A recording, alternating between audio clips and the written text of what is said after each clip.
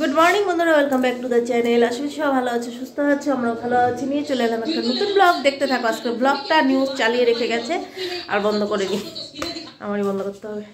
দেখতে থাকো আজকের ব্লগটা, আশা করছি তোমাদের খুব ভালো লাগবে। তো চলো আজকে এই সুন্দর দিনটাকে শুরু করা যাক। এখন বাজে 12:30 আর আজকে না ব্লগই করতে ইচ্ছে করছে না। তো কখনো কখনো এরকম হয়, কিছুই ভালো লাগে না, কিন্তু তবু আবার না করলেও কেমন যেন লাগে, মানে দুদিকে যাই। এখন রান্নাবাড়ি করছি আর হচ্ছে কি আজকে মেয়ের 1টার সময় ছুটি হবে, তাই বলে দেখি সব কিছু কমপ্লিট করে যদি যেতে পারি। না পারলে কিছু একটা থেকে যাবে, কিন্তু হয়ে যাবে অনেকটাই। আর একটুখানি কাজ বাকি রয়ে গেল, গ্যাসের চুলাটা মুছবো আর হচ্ছে কি ঘর ঝাড়ু দিয়ে ঘর মুছবো, রান্নাঘরটা মুছবো। তো সব হয়ে গেছে, এতটা তাড়াতাড়ি করে করলাম। এখন যাই মেয়েকে আগে নিয়ে আসি, আর 4টা মিনিটই আছে, 4 মিনিটে যেতে যেতে হয়ে যাবে। তুমি নিয়ে আসতে আমার তখন কাজগুলো হয়ে যাবে। নিয়ে মামা ফার্স্ট ঘরে ঢুকা নিয়ে ফার্স্ট সেকেন্ড। থাকগা কিচ্ছু হবে না, কিচ্ছু হবে না। মামা ফার্স্ট। জুতো নিয়ে ব্যালকনিতে রেখে দাও। কাজগুলো কমপ্লিট করে নিলাম আর এখন চলো কি কি রান্না করেছি দেখিয়ে দিই। প্রথমে বলে নিই, আজকে সিম্পলের মধ্যে করেছি। তো এখানে হচ্ছে গিয়ে বেগুন ভাজি, এটা হচ্ছে ধনেপাতার চাটনি। ধনেপাতার চাটনিটা ছেলে মেয়ে খুবই ভালোবাসে, আমরাও খুবই ভালোবাসি। আর এখানে হচ্ছে গিয়ে ওই দিন লোকাল মুরগির ডিম এনেছিলাম, তো এটাই আলু বয়েল করে ঝোল করেছি। আর হচ্ছে গিয়ে এখানে পাপড় ভেজে বেঁধে রেখেছি। ভেবেছিলাম লোকাল ডিমগুলো যদি খারাপ পারে, কারণ একবার এনেছিলাম অনেকগুলো ডিম খারাপ বেরিয়েছিল, কিন্তু আজকে এই জন্য ভয়ে ভয়ে 5টা ডিমই এনেছিলাম, তো দেখি 5টাই ভালো। আজকে সকালে টিফিনে হচ্ছে গিয়ে আলু ফুলকপির চচ্চড়ি, মানে আলু ফুলকপি একটা মাখা মাখা সবজি করেছিলাম, টিফিনেও দিয়ে দিয়েছি ছেলে, আর ওরাও খেলো।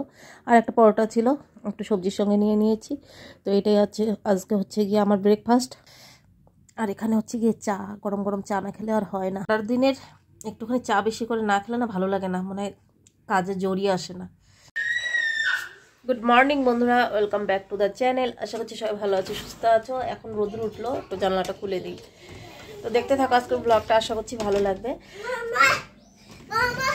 তো কালকে ভিডিও করেছিলাম অল্প একটু, আর হচ্ছে গিয়ে তারপর করা হয়নি ওইভাবে। তো ভাবলাম দেখি কালকেরটা আজকেটা একসঙ্গে মিলিয়ে মিশিয়ে দেবো, কারণ কালকে ব্লগ দেওয়াই হয়নি, এডিটিং করাও হয়নি কালকে। মানে একদম ব্লগও করতে ইচ্ছে করেনি, মানে এডিটিং করতে ইচ্ছে করেনি, এরকম হয়ে গেছিলো। মাঝে মাঝে হয়ে যায় এরকম। আর হচ্ছে গিয়ে এখন ঘড়িতে বেজে গেছে প্রায় 11টা। তো ব্লগটা শুরু করলাম। আর হচ্ছে গিয়ে মানে অনেকটা লেট করে, ঠান্ডা ঠান্ডা সকাল সকাল না ভালো লাগে না। দেখো বিছনাটাও আধাটা মানে করেছি, আধাটা করিনি। তো এখন সব কাজ বাজ করবো, অনেক কাজ বাজ আছে, রান্নাবাড়িও আছে। কি রান্না করবো ভাবছি। মানে একটা কথা হয় না, মাছ মাংস থাকলে মনে হয় যে এটা করবো এটা করবো, আর মাছ মাংস যখনই না থাকে না, কি রান্না করবো ভাবতে ভাবতে মানে মাথাটাই শেষ। যাই হোক, চলো রান্না তো করতেই হবে, তাড়াতাড়ি স্টার্ট করে দেই। আবার হচ্ছে কি ও যদি এসে পড়ে 1টার মধ্যে এসে বলে তাড়াতাড়ি খাওয়া দাও, এই জন্য চলো যাই কাজগুলো করি। আর রোদের মধ্যে দাঁড়ালে মনে হয় না রোদে থেকে যাই। তো চলো বন্ধুরা দেখতে থাকো ব্লগটা। তো বন্ধুরা এখন বেজে গেছে 12:30 আর রান্না করে চলে এসেছি। এখানে বসিয়েছি মসুরের ডাল বয়েল করব। আর হচ্ছে গিয়ে এখানে হচ্ছে গিয়ে সয়াবিন। তো সয়াবিনের আজকে একটা অন্যরকম রেসিপি শেয়ার করব তোমাদের সঙ্গে। তো এখানে সয়াবিনটাকে আমি এখন বয়েল করে নিচ্ছি। ভালো করে বয়েল করে নিয়ে তারপর এটাকে হচ্ছে গিয়ে আমি দেখো জলগুলোকে ঝরিয়ে চিপে নিচ্ছি, নিয়ে রেখে দিচ্ছি। আর হচ্ছে গিয়ে ভালো করে চিপে নিতে হবে, নাহলে জল জল থাকলে কিন্তু জিনিসটা অতটা ভালো হবে না। তাই ভালো করে সবগুলোকে চিপে চিপে আমি নিয়ে নিচ্ছি। তো এখন এটার মধ্যে আমি একে একে দিয়ে দেব এখানে নুন পরিমাণ মতো অবশ্যই। তারপর দিয়ে দেব এটার মধ্যে হচ্ছে গিয়ে একটুখানি সামান্য হলুদ গুঁড়ো, আর দেব লঙ্কা গুঁড়ো। তারপর এটার মধ্যে দিয়ে দেব আদা রসুনের পেস্ট। তো এইভাবে যদি সয়াবিনটা করা যায় তাহলে কিন্তু একটু অন্যরকমই স্বাদ লাগে। তো দেখো আদা রসুনের পেস্ট দেওয়ার পরে দিয়ে দেবো একটা ডিম, তোমরা চাইলে 2টো ডিমও দিতে পারো। তো আমি এখানে একটাই ডিম দিয়ে দেবো। একদম যখন চিলি চিকেন বানাও, চিলি চিকেনের পকোড়াটা যেরকম হয় তোমরা ভাজার পর একবার খেয়ে দেখবে, সয়াবিনটাও কিন্তু একদম চিলি চিকেনের মতোই লাগে। তো দেখো এখন সবগুলোকে আমি সুন্দর করে মেখে নেব।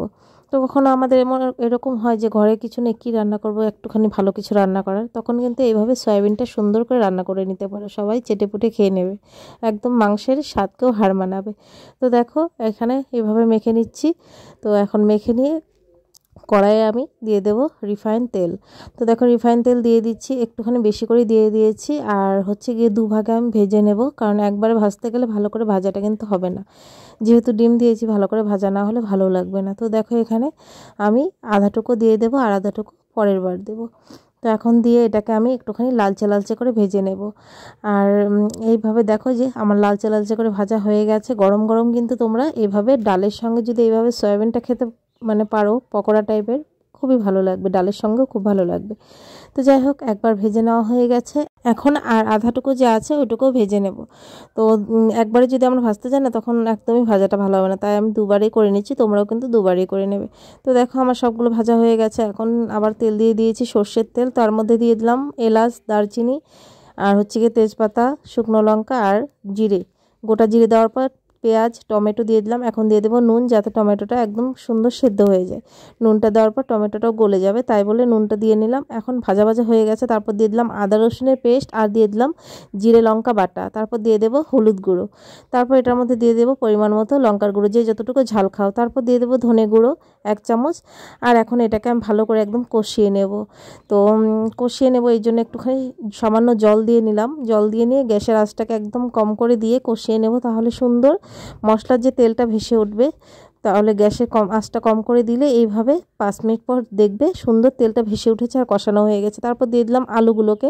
তোমরা চাইলে আলুগুলোকে আগেও ভেজে নিতে পারো, তো আমি আলুগুলো আগে ভাজিনি, আমি এইভাবেই করলাম। তো আলু দেওয়ার পর নুন দিয়ে দিলাম, যেহেতু আলু দিয়েছি তাই বলে। তো একটুখানি সামান্য জল দিয়ে এখন এটাকে ঢাকা দিয়ে দেব, যাতে আলুটা সুন্দর সেদ্ধ হয়ে যায় আর মশলা আরও একটু কষে যায়। তো দেখো আমি 5 মিনিট পর আসলাম, আর এখানে আমার দেখো আলুগুলো এখন দেখবো যে সেদ্ধ হয়েছে কি না। আর তেলগুলো ভেসে উঠেছে, জলটাও টেনে গেছে, আর এখানে আলুগুলো সিদ্ধ হয়ে গেছে। এখন এটার মধ্যে দিয়ে দেবো সয়াবিন, যে সয়াবিনগুলো ভাজা করে রেখেছিলাম ওগুলোকে দিয়ে দিলাম। এখন এই মশলার সঙ্গে পুরো সয়াবিনগুলোকেও আমি একটুখানি ভেজে নেব 2 মিনিটের মতো। তারপর দিয়ে দিলাম জল। এখন বলক উঠে আসায় তারপর দেখো কি কি দিচ্ছি, দেখতে থাকো রেসিপিটা। তো এখনও চলে এসছে খাওয়ার জন্য বলছে, তো ভালোই হয়েছে, আমার রান্নাও হয়ে গেছে। আর ঝোলটা দিয়েছি, তারপর ঝোলটা ওইখানে বলক করতে থাক, আর এখানে ডাল বয়েল আর আলু ভাজি দিয়ে খেতে দিয়ে দিই। তারপর ঝোলটা হয়ে গেলে ঝোলটা দিয়ে দেবো। তো দেখো এখানে আমার ঝোলটা হয়ে গেছে। এখন আমি দিয়ে দিলাম কাঁচা লঙ্কা আর ধনেপাতা কুচি, আর লাস্টে দিয়ে দেবো একটুখানি গরম মশলার গুঁড়ো।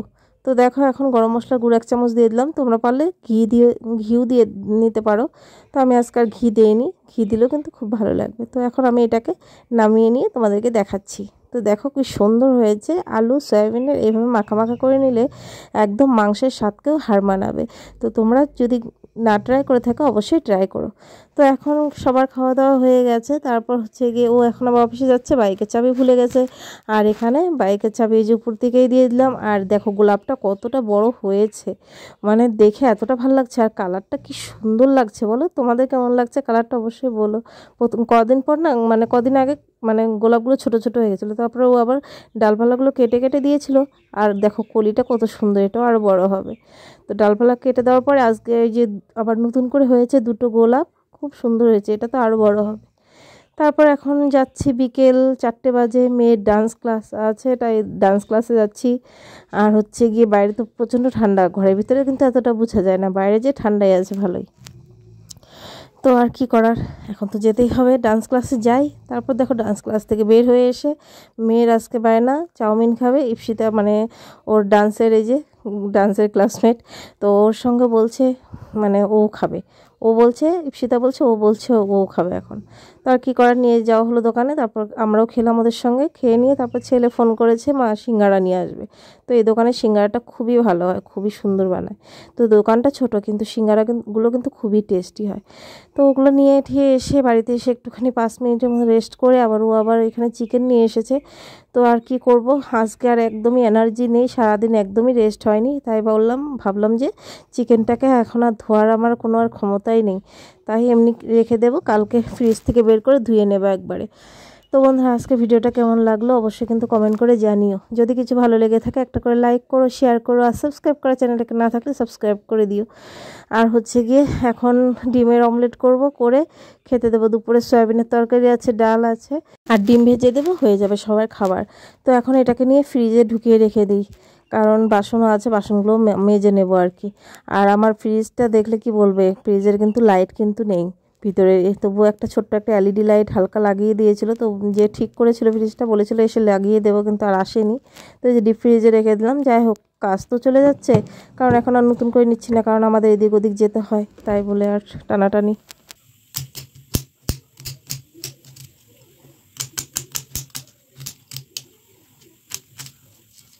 এখন ডিম ভেজে সবাইকে খাবার দিয়ে দেই। আর আজকের ব্লগটাও এখানেই শেষ করছি। সবাই ভালো থেকো, সুস্থ থেকো।